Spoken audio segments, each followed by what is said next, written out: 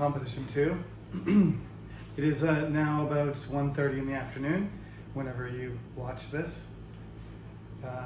Monday, September 6th. I got my textbook. This is the one that you need. Please get it as soon as possible. I'm not going to assign any homework this week because some people might be waiting on their textbooks, but please do, because next week I will. So that's it. Weaving it together. 4th edition, number 2, textbook number 2. It says connecting reading and writing underneath it. There's a student book. That's what you need, just the student book, published by National Geographic. So today, what do we want to talk about? The topic for Unit 1, Chapter 1 is personality, but I want to talk about paragraphs first. So in the textbook, they usually have some sort of, picture related to the topic. In this case, there's a, icy field of penguins with all the younger penguins standing all together, clumped together with an adult emperor penguin, a beautiful penguin who is kind of standing out from the rest in the middle there. But before we go to talk about that passage and the analysis of that passage, I want to go forward in the unit to after the questions to page 10, where it talks about what a paragraph is and why you should write one and how you should write one. So that's our first thing on the agenda today is when you submit a piece of writing, you must write a paragraph. I'm obviously looking for sentences first of all. That's the basic unit, but this is Composition 2. So I'm assuming most of you have taken the first course and taken a little bit of writing in high school, but I've noticed that formatting is not consistent amongst freshmen especially. So you do have to write a proper paragraph. For me, the main reason is because it's an organization that I've been using for 30 years. So when you write in English, that's what you have to do just to get the interference of the visuals of the page. When somebody writes without punctuation and centers everything, I automatically think it's a poem, and I have trouble reading it properly and not following it as if it was some sort of figurative, poetic message. What I need you to do in this class, though, is basically we're going to be working on critical thinking, and I'll talk about exactly what that is later. But basically, it's applying, analyzing, synthesizing information, and then presenting it in a way that somebody else can receive and respond to effectively. So this is what they are doing on page 10. They're just simply giving you, a basic format to follow. So they're talking about when you're writing. So you don't need lined paper unless you're in class, which we're doing everything digitally now. So don't worry about anything referring to lined paper because that's kind of outdated. I still did that 20 years ago when I was in undergrad, but for our purposes, everything's going to be digital, and you submit things by email or through our, Cyber Campus portal. So you need to open up a new document, and then you need to come up with a title, and then you need to indent the first line, and then you need to write sentences. It doesn't really matter how many sentences there are, but usually you have introduce your topic in the first sentence, you write some supporting sentences after that, and then you have a concluding sentence, and that's how a paragraph is written. I prefer you to leave a little bit of space so it's easier to read. 11 or 12 point font is fine. Anything bigger is unnecessary, and anything smaller is hard to read. I usually print off your homework and your assignments so that I can read them without staring at a screen. mostly because I look at screens all day. 9 or 10 hours a day is enough. So I like to print your things, your assignments, your work, and I like to use a red pen or a blue pen, something sort of the old-fashioned way, and mark it. And if you want to receive it, I can scan it and send it back to you. That's the disadvantage of doing it by hand, is there is a physical, marked copy. But I have a scanner, so I can send you your paper back after I've made my comments, and if there are things that I've marked, you can see that if you wish. For now, though, what I want to do is focus on producing the paragraph. So, like I said, at the top, you need to identify yourself, date, and the class name, and my name. That's what I always do at the top. It's a header.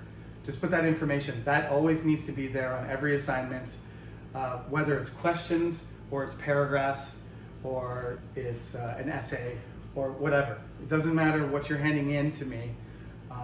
Please put that information on the top. This is essential for an academic piece of writing, but it's also essential because I need to know who you are. When I download the files, I need everything to match. I need your student number and your name on the file name, and I need it to match in the document itself. So if in the document you don't put a header, if I print 20 documents at once, I don't know which one belongs to which student. So please do that. Name, student number, and the date, and my name, and the course. Okay? I usually put the date last. Here they put in the textbook they put the class last, but whatever. Name your name first. In that order is fine. You need a title, and titles need to be capitalized. A title should not be a full sentence, and it should not be punctuated. So it's just going to be a phrase or an expression or even a single word or a compound. But it should not be a complete sentence. A title shouldn't be too long. It should just kind of copy the essence of, the topic, just like personalities, paragraphs, formatting. Okay, it can be a single word. It can be a few words. Articles and prepositions are not capitalized, but every other word is. Just remember that those two types of words are lowercase and all the other ones are capitalized. What else? You need to leave, the formatting does itself. Just use Word or Hangul, whichever you want. When you submit, this is a formatting thing. When you submit, please submit. It's much easier. I know everybody loves Hangul, but that program works much better for writing Korean. If you write it in Hangul, you have the option of saving it in a different file format. Do that for me, okay?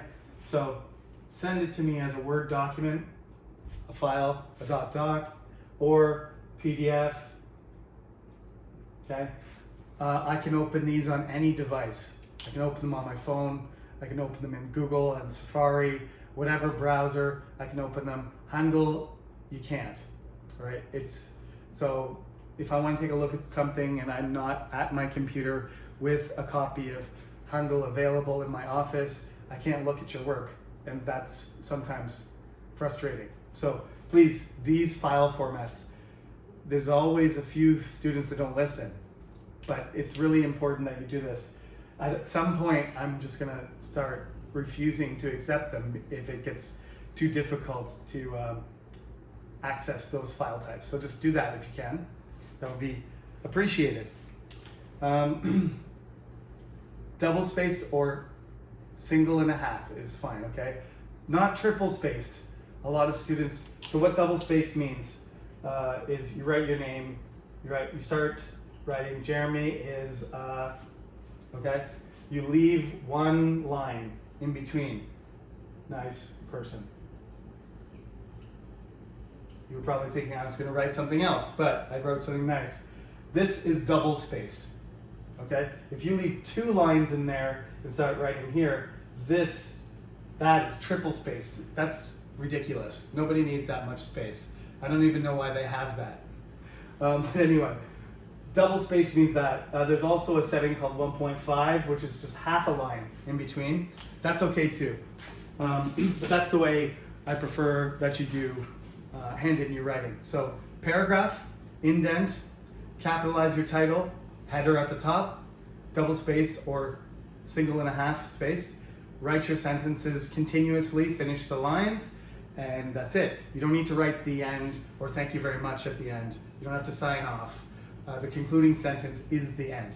The readers should be able to tell that your paragraph is over by the content of your concluding sentence. Okay? So, just to do a quick check. Did you indent the first line? This is on page 15.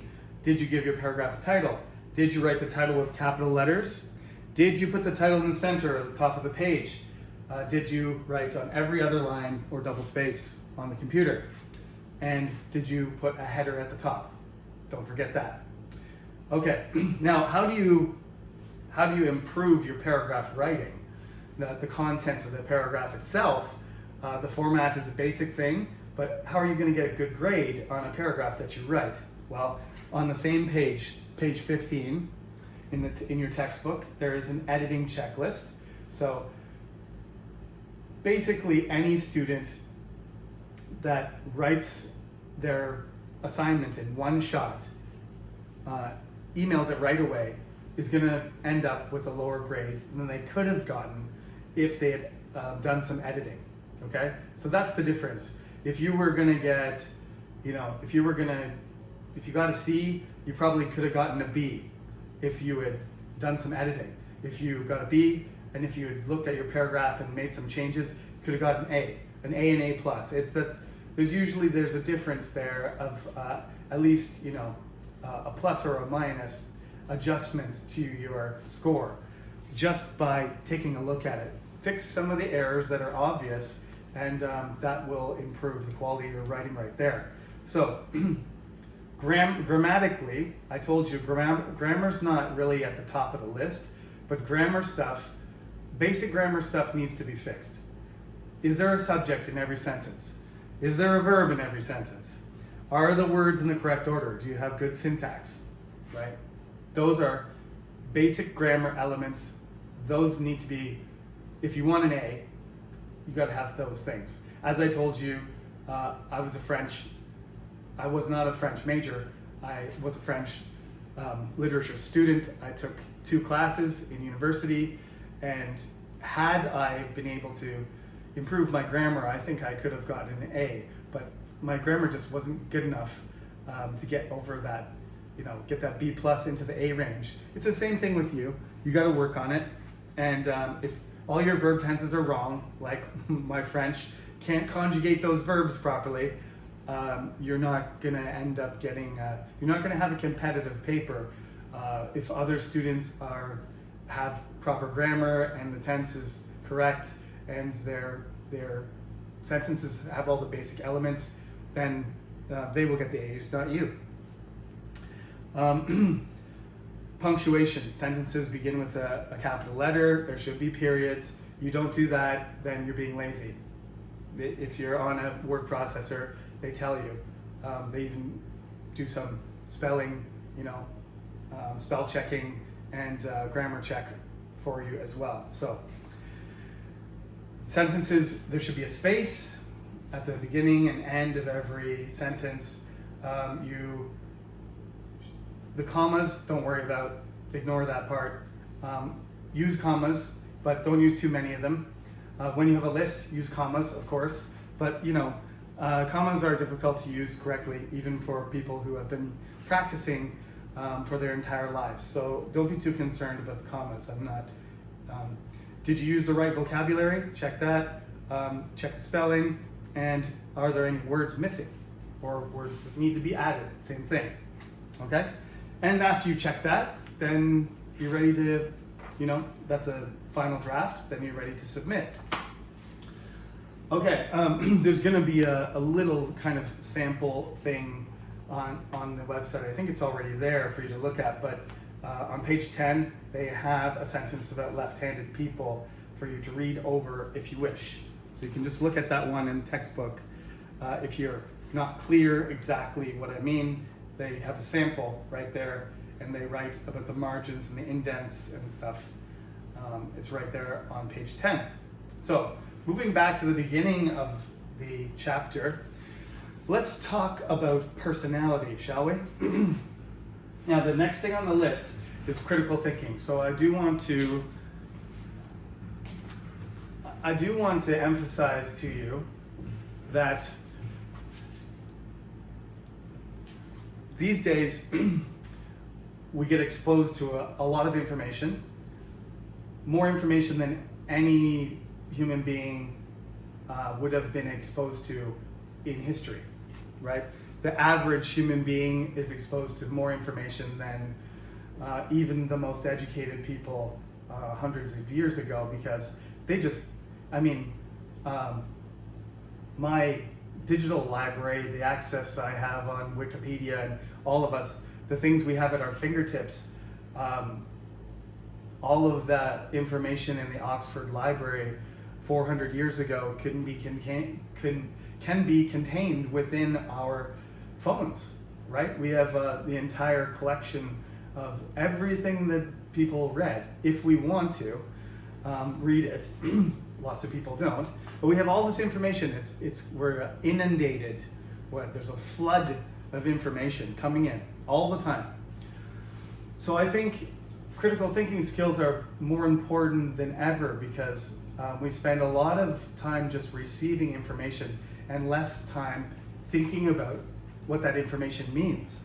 That is essentially when people are saying, well, Professor, what does critical thinking mean anyway?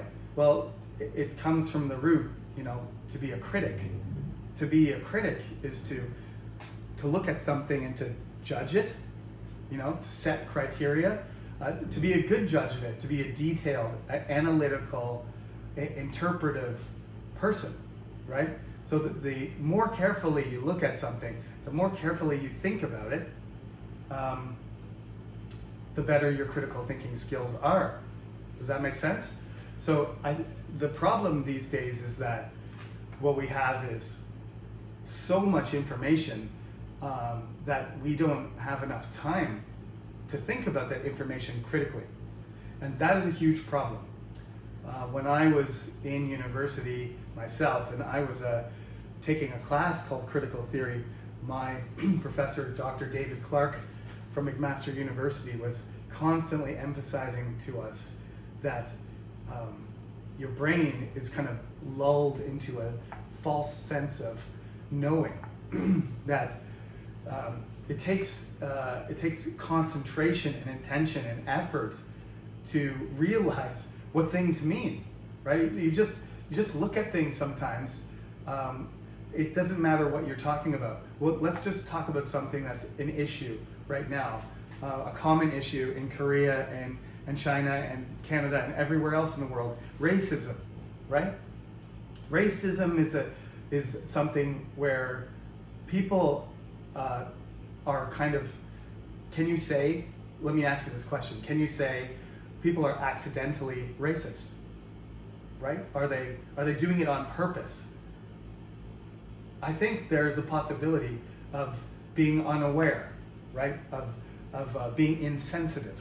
That is a possibility anytime, anywhere. You can make jokes, or you can refer to something, or you can be ignorant of something that causes people discomfort, right? A simple example of this might be, historical antagonism between two groups of people. When I came to Korea, I actually was oblivious to the fact that Koreans were very sensitive about the Japanese government and the historical conflict between Korea and Japan.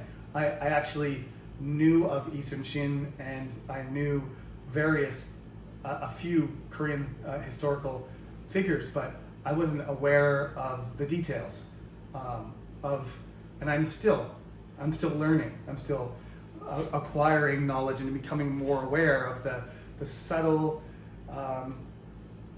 points of difference and tension between Korea and Japan. And Korean and Japanese people know this automatically. So people who aren't aware of that, people who mistakenly, call a Korean person a Japanese person, it might be incredibly offensive to a Korean person who somebody mistakenly thinks that they're a tourist from Japan when they're in Toronto. This can cause a lot of stress or offense, and it goes for anything like that. But we have to be forgiving of these things. You can't know everything. Nobody is saying that you have to know everything about every country's history. Just saying that trying to be aware of it and trying to think about things critically is what critical thinking skills are. So like, if you do go to a foreign country and you live there, like me, if you do have critical thinking skills, you quickly realize and investigate and analyze and observe and open your mind to the different dynamics that are going on. This is what you have to do. In these textbooks, I think you will find that we need to use critical thinking skills, because my personal opinion is, although I like these topics, I don't necessarily like the way that they are presented. Right away in this first unit, I'm going to talk about that. I don't have any problem with the penguin thing. That's just trying to demonstrate how unique somebody is when they stand out amongst the crowd. I don't think there's much I can criticize about that, and I think penguins are cute, and the adult emperor penguin is gorgeous. Gorgeous might be the wrong word, too strong. It's a lovely, beautiful, elegant, gracious creature. I didn't mean gorgeous. I usually tell students that gorgeous means very beautiful, but a little bit, it's a little bit exaggerated. We use it comically a lot. The British like to say, "Oh, he's gorgeous," which is kind of usually sarcastic or exaggerated, hyperbolic. Anyway, most of this is about right and left hands. We have these ideas. They're social and cultural ideas. Every country's a little bit different. Left-handedness and right-handedness and your hemispheres. We know that different skills are associated. Mathematical things or musical things or artistic things are associated with different parts of the brain, and they belong to different hemispheres. And then there's this myth that left-handed people are particularly gifted. So that's how the paragraph starts here. Da Vinci, Prince William, Julia Roberts. Well, these are quite different people. One is an artistic and creative genius. Another is born into royalty, and Julia Roberts is a talented actress. One's American, one's Italian, and one's British. Does this mean they have a particular talent? No, the only thing they have in common really is, and it's other than being famous, there's nothing really similar about their talents.